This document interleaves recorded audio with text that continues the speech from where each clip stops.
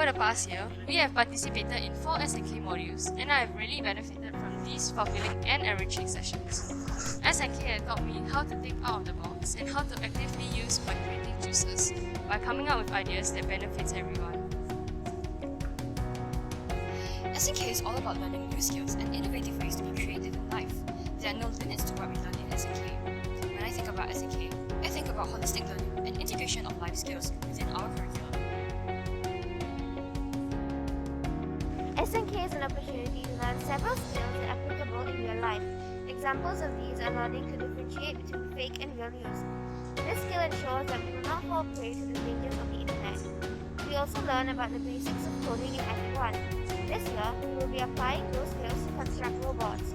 We also learn about design skills and how they can be changed to appeal to 5 senses.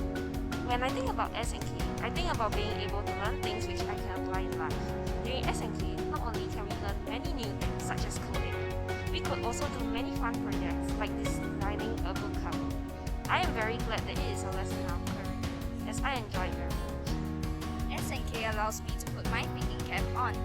Through SNK, I learn many skills which are necessary in the real world, such as using my creativity, group work, oral presentation skills, and etc.